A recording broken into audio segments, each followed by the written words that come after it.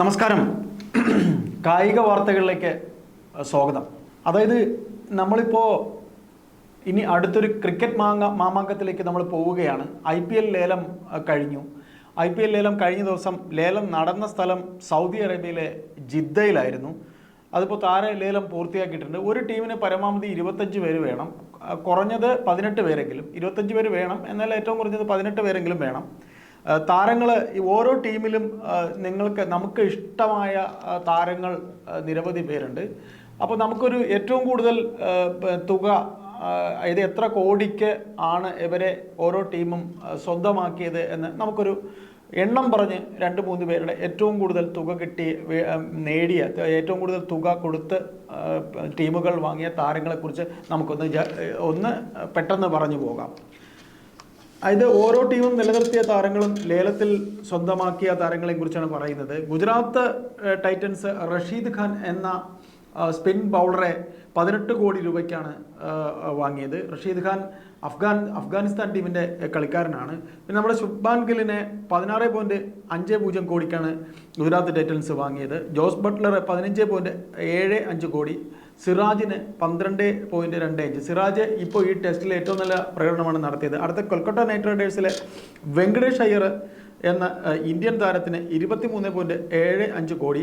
റിങ്കു സിംഗിന് ഇന്ത്യൻ 2020 ടീമിലെ റിങ്കു സിംഗിന് 13 കോടി. വരുൺ ചക്രവർത്തി 12 കോടി. ആന്ദ്രേ റസൽ 12 കോടി.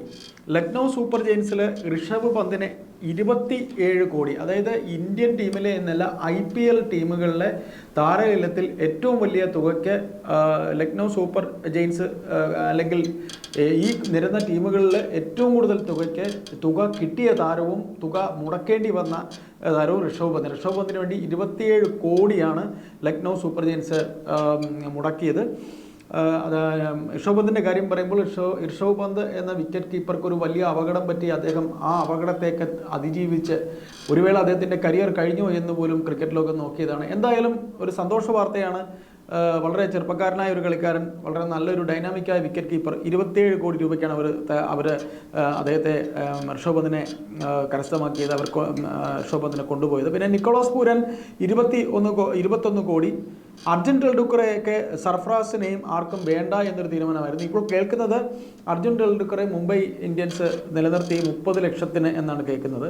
പിന്നെ മുംബൈ ഇന്ത്യൻസ് ടീമിനെ കുറിച്ച് പറയുകയാണെങ്കിൽ ഏറ്റവും നല്ലൊരു മികച്ച ടീമാണ്. ജസ്പ്രീത് ബുംറ 18 കോടി. ഹർദിക് പാണ്ഡ്യ 16.35 കോടി. സൂര്യകുമാർ യാദവ് 16.35 കോടി.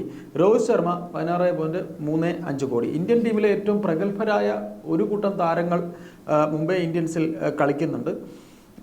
അടുത്തത് പഞ്ചാബ് കിങ്സിലെ ശ്രേയംസ് അയ്യർ 26.75 കോടി. അർഷദീപ് എന്ന ബൗളർ 18 കോടി. ചഹാല് എന്ന സ്പിൻ ബൗളർ 18 കോടിക്കാണ് സ്വന്തമാക്കിയിരിക്കുന്നത്. നമ്മൾ ഏറ്റവും കൂടുതൽ തുക മുടക്കിയ ആദ്യത്തെ ഒരു 4 പേര് മാത്രമാണ് നമ്മൾ സംസാരിക്കുന്നത്. അതുകൊണ്ടാണ് അതുകൊണ്ടാണ് എല്ലാവരെയും പേര് പറയാത്തത്. ജയ്സ്വാൾ എന്ന ഇന്ത്യൻ ഓപ്പണർ 18 കോടിക്കാണ് രാജസ്ഥാൻ റോയൽസ് നിലനിർത്തിയത്. സഞ്ജുവിനും 18 കോടിയാണ്, സഞ്ജു സാംസണ്. ധ്രുവ ജുറൽ എന്ന കളിക്കാരന് 14 കോടിയാണ്, ഇന്ത്യൻ കളിക്കാരനാണ്. റിയാൽ പരാഗിന് 14 കോടിയാണ്. റോയൽ ചലഞ്ചേഴ്സിൽ വിരാട് കോഹ്ലിക്ക് 21 കോടിയാണ്. ജോഷ് ഹാസിൽവുഡ് 12.50 കോടിയാണ്. സൺറൈസേഴ്സ് ഹൈദരാബാദ് ഹെൻറിച്ച് ക്ലാസൻ 23 കോടി. കമിൻസ് 18 കോടി. അഭിഷേക് ശർമ്മ 14 കോടി. ട്രാവിസ് ഹെഡ് 14 കോടി. ഇങ്ങനെയാണ് പ്രമുഖ താരങ്ങളെ ടീമുകൾ നിലനിർത്തിയതും പുതിയതായി കരസ്ഥമാക്കിയതും. ഏറ്റവും കൂടുതൽ തുക വാങ്ങിയ ടീമുകളുടെ ഒരു ചെറിയ ലിസ്റ്റാണ് നാം ഇവിടെ പറഞ്ഞത്.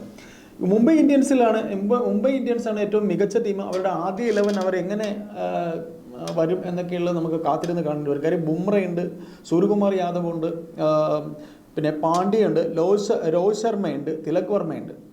അടുത്തത് നമുക്ക് മറ്റൊന്ന് പറയാനുള്ളത്, ഈ കഴിഞ്ഞ ടെസ്റ്റ് നമ്മൾ 1-ാം ടെസ്റ്റിൽ ഇന്ത്യ നല്ലൊരു വളരെ മികച്ച ഒരു ഏറ്റവും നല്ലൊരു റൺ വ്യത്യാസത്തിലാണ് ഓസ്ട്രേലിയയെ തോൽപ്പിച്ചത്. അതിനുശേഷം അടുത്ത ഇന്ത്യ 2-ാം ടെസ്റ്റ് അഡ്ലൈഡിൽ കളിക്കുമ്പോൾ ഇന്ത്യൻ പരിശീലകൻ ഗൗതം ഗംഭീർ ടീമിനോടൊപ്പം ഉണ്ടാകില്ല എന്ന് കേൾക്കുന്നുണ്ട്.